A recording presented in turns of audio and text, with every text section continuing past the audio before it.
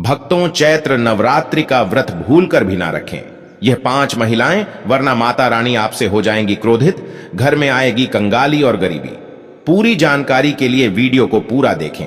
चैत्र नवरात्रि का व्रत कौन कौन सी महिलाओं को भूलकर भी नहीं रखना चाहिए, नहीं तो लगता है घोर पाप। इन 5 महिलाओं को चैत्र नवरात्रि का व्रत कभी नहीं रखना चाहिए। दुर्गा मां ऐसी महिला से कभी खुश नहीं होती और घर में हमेशा दरिद्रता का माहौल बना रहता है और इसका असर पूरे परिवार पर बना रहता है। इसीलिए आप 10 से 12 मिनट का समय निकालकर जान लीजिए, अगर आपने गलती से भी चैत्र नवरात्रि का व्रत रखने का संकल्प लिया है या व्रत रखने की सोच रहे हैं, तो आपका व्रत खंडित हो जाएगा और आपको घोर पाप लगेगा। जाने कहीं आप भी इन 5 महिलाओं में से तो नहीं हैं। साथ ही भक्तों, इस वीडियो में हम आपको यह भी बताएंगे कि आने वाली चैत्र नवरात्रि में यह 7 काम भूलकर भी मत करना, वरना आपके साथ कुछ भी हो सकता है। साथ ही इस वीडियो में हम आपको बताएंगे कि वह कौन सी चीजें हैं जिन्हें चैत्र नवरात्रि में माता रानी को भूलकर भी मत चढ़ाना, वरना माता रानी आपसे हो जाएंगी नाराज।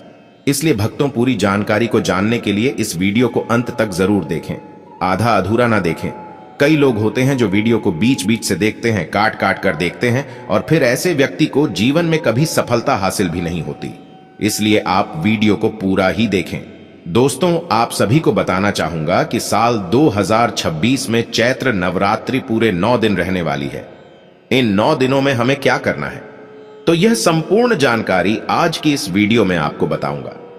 इससे पहले हम सभी जान लेते हैं कि चैत्र नवरात्रि कब प्रारंभ हो रही है और कब इसका समापन होगा, सही डेट और टाइमिंग के बारे में। साथ ही शुभ मुहूर्त भी आप सभी को बता देता हूं। तो देखिए, नवरात्रि के पूरे 9 दिन गंगा जल की हर एक बूंद की तरह पवित्र माने जाते हैं। यह शुभ समय भक्तों के जीवन में खुशियों की सौगात लेकर आता है। और आपको बताना चाहूंगा कि इस साल मां दुर्गा पालकी यानी कि डोली पर सवार होकर आएंगी। डोली की सवारी को बहुत ही शुभ माना गया है। हालांकि इसे आंशिक महामारी का कारण भी बताया जा रहा है। शास्त्रों में वर्णित है तथा मान्यताएं भी कुछ इसी प्रकार से बताई गई हैं कि चैत्र नवरात्रि में यदि माता दुर्गा का आगमन उनके वाहन सिंह पर नहीं बल्कि डोली पर होगा, तो ऐसा माना जाता है कि माता दुर्गा का पालकी पर सवार होकर आना बहुत ही शुभ और कल्याणकारी होगा। जीवन सुखमय बना रहेगा, भक्ति का भरपूर लाभ भक्त जनों को मिल पाएगा। और जैसा कि मैंने आप सभी को बताया कि इस साल 2026 में नवरात्रि बहुत ही ज्यादा विशेष है, क्योंकि इस बार नवरात्रि पूरे 9 दिन तक मनाई जाएगी। इन दिनों में मां शेरावाली की विशेष रूप से पूजा आराधना की जाएगी। तो देखिए, चैत्र नवरात्रि का महापर्व चैत्र मास की शुक्ल पक्ष की प्रतिपदा तिथि से चैत्र नवरात्रि शुरू होते हैं और इस साल चैत्र नवरात्रि 19 मार्च से शुरू हो रहे हैं।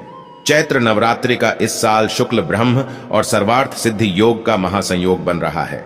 इस साल चैत्र नवरात्रि गुरुवार 19 मार्च से शुरू होकर 27 मार्च तक चलेगी। नवरात्रि का आरंभ घट स्थापना के साथ होगा, जिसे बहुत ही शुभ माना जाता है। तो 19 मार्च 2026 गुरुवार के दिन घट स्थापना के जो 2 सबसे शुभ मुहूर्त हैं, वो हैं सुबह के समय में 6:52 से लेकर सुबह 7:43 तक। तो जब आप 6 बजे से पहले ही अपने घर की अच्छे तरीके से साफ सफाई कर लें, उसके बाद ही घट स्थापना आप कीजिएगा। और अगर आप 6:52 से लेकर सुबह 7:43 के बीच घट स्थापना ना कर पाएं, तो इसके अलावा आप दोपहर में भी घट स्थापना कर सकते हैं। दोपहर के समय का सबसे शुभ मुहूर्त रहेगा दोपहर 12:05 से लेकर दोपहर 12:53 तक। कलश की स्थापना करने का सबसे उत्तम मुहूर्त है। महाव्रत में की गई पूजा बहुत ही शुभ मानी जाती है। इससे समस्त देवी देवताओं की कृपा प्राप्त होती है और पूजा पाठ का फल भी कई गुना बढ़कर प्राप्त होता है। चैत्र नवरात्रि बहुत ही शुभ और मंगल मानी जाती है। घर में सुख, समृद्धि, धन दौलत और शांति प्रदान करती है तथा घर से गरीबी और दरिद्रता का नाश करती है। घर में दुर्गा मां का आगमन होता है। चैत्र नवरात्रि का व्रत हिंदू धर्म में बहुत ही महत्वपूर्ण व्रत है, जो कि माता रानी को प्रसन्न करने के लिए महिलाएं व पुरुष रखते हैं। लेकिन क्या आप जानते हैं, कुछ ऐसी महिलाएं भी हैं जो इस व्रत को ना रखें तो ज्यादा अच्छा है, नहीं तो आपको दुर्गा मां के क्रोध का सामना करना पड़ सकता है। मान्यताओं के अनुसार आज हम जिन महिलाओं के बारे में बात करने वाले हैं, उन्हें नवरात्रि के व्रत से हमेशा दूर रहना चाहिए, नहीं तो आपके साथ बुरा हो सकता है। आपका पति किसी संकट में आ सकता है घर में दरिद्रता का वास हो जाता है। माता लक्ष्मी हमेशा के लिए घर छोड़कर चली जाती हैं। तो चलिए जानते हैं। लेकिन भक्तों, आगे की जानकारी बताने से पहले आपसे एक रिक्वेस्ट करते हैं कि अगर आप इस चैनल पर नए हैं तो चैनल को सब्सक्राइब करके वीडियो को एक लाइक जरूर करें।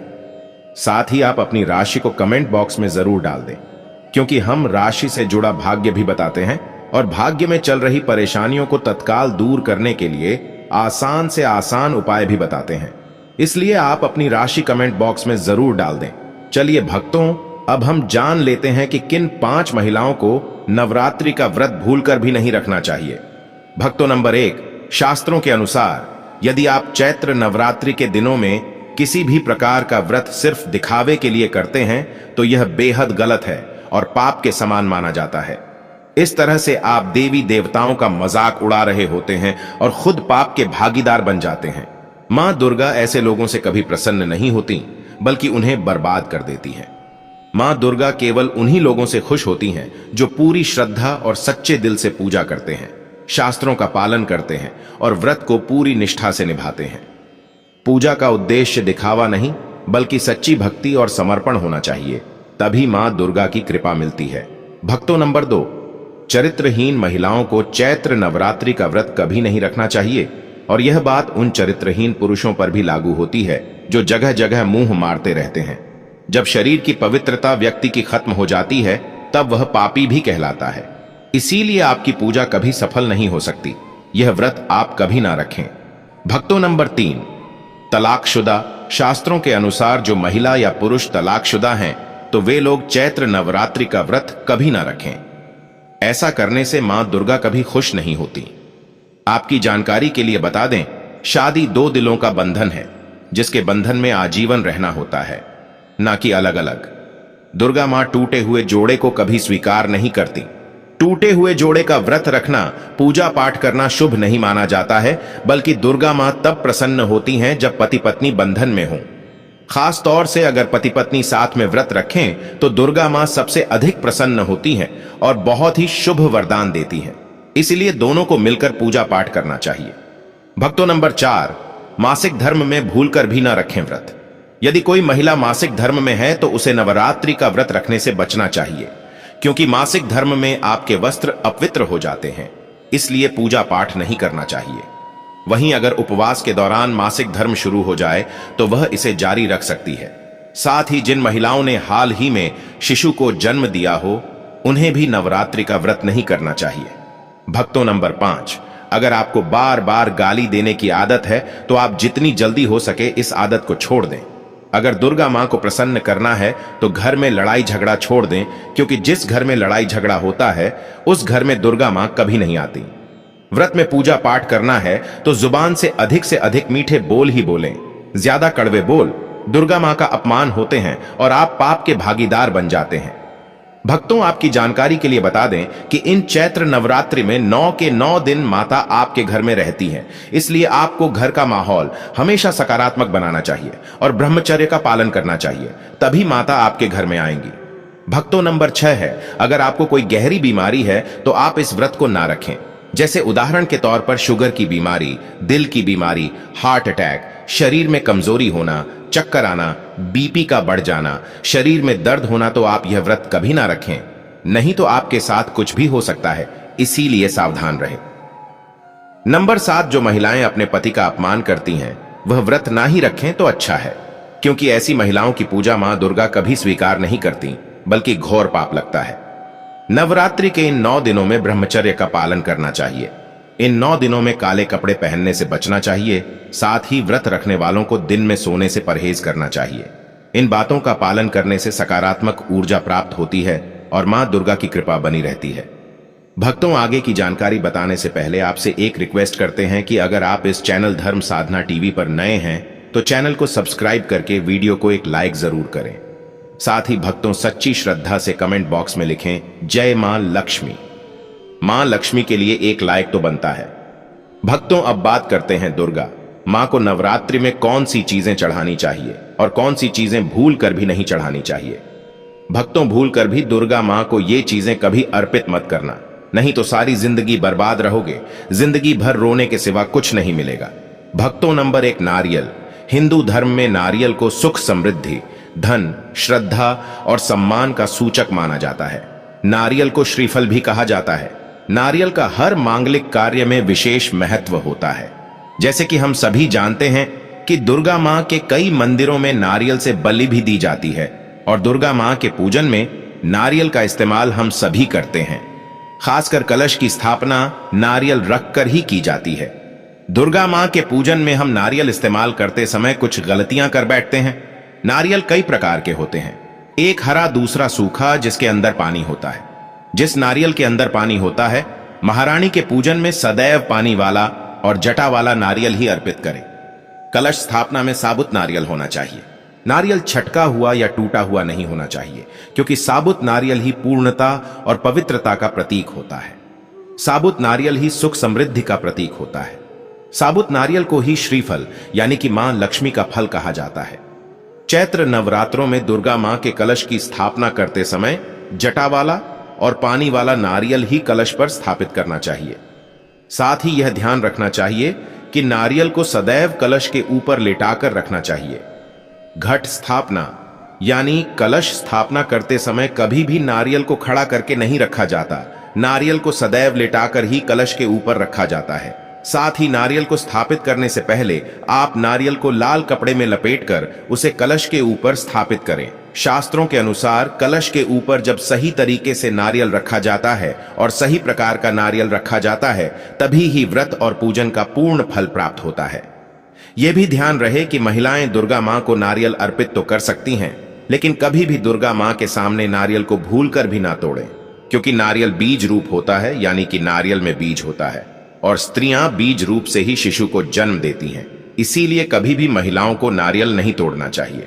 नंबर 2, लौंग। लौंग हम सभी दुर्गा मां की पूजा में इस्तेमाल करते हैं, लेकिन लौंग का इस्तेमाल करते समय एक बहुत बड़ी गलती कर बैठते हैं। हमेशा ध्यान रखना चाहिए कि दुर्गा मां को सदैव लौंग के साथ इलायची भी अर्पित करनी चाहिए। लौंग के साथ घी चढ़ाने से दुर्गा मां काफी प्रसन्न होती हैं। नंबर 3, तुलसी के पत्ते। चैत्र नवरात्रों में दुर्गा मां को तुलसी के पत्ते अर्पित नहीं करने चाहिए। मां दुर्गा के पूजन में तुलसी पत्र का इस्तेमाल करना वर्जित माना जाता है। तुलसी पत्र के अलावा दूर्वा भी दुर्गा मां को अर्पित नहीं करनी चाहिए। नवरात्रि में आप गणेश जी को दूर्वा अर्पित कर सकते हैं। आप भगवान विष्णु जी को तुलसी के पत्ते अवश्य अर्पित कर सकते हैं, लेकिन दुर्गा मां को भूलकर भी तुलसी के पत्ते या दूर्वा अर्पित ना करें। दुर्गा मां को सफेद फूल भी अर्पित ना करें। दुर्गा मां को सदैव लाल रंग के फूल अर्पित करने चाहिए। लाल रंग के फूल दुर्गा मां को अति प्रिय हैं। खासकर दुर्गा मां को गुलाब और कमल के फूल अति प्रिय हैं। भक्तों, चैत्र नवरात्रि आने वाली है। बस कुछ ही दिन बाद चैत्र नवरात्रि प्रारंभ हो जाएगी। तो हम आपको एक ऐसी चीज बताएंगे जिसको चैत्र नवरात्रि में घर में लाने से सकारात्मक ऊर्जा का वास होता है और आप धनवान बन जाते हो। ऐसे में यह छोटी चीज घर में लाने से दुर्गा मां खुशी खुशी आपके घर में चली आती है। इस चीज को घर लाने से दुर्गा मां अवश्य प्रसन्न होती है। यही चीज चैत्र नवरात्रि पर घर में लाना बहुत ही शुभ और मंगलकारी माना जाता है। तो चलिए जानते हैं। भक्तों, नंबर 1, 16 श्रृंगार का सामान चैत्र नवरात्रि के दौरान घर में लाना बहुत ही शुभ और मंगलकारी माना जाता है। ऐसे में घर के बने मंदिर में रखने से जन्मों गरीबी मिट जाती है।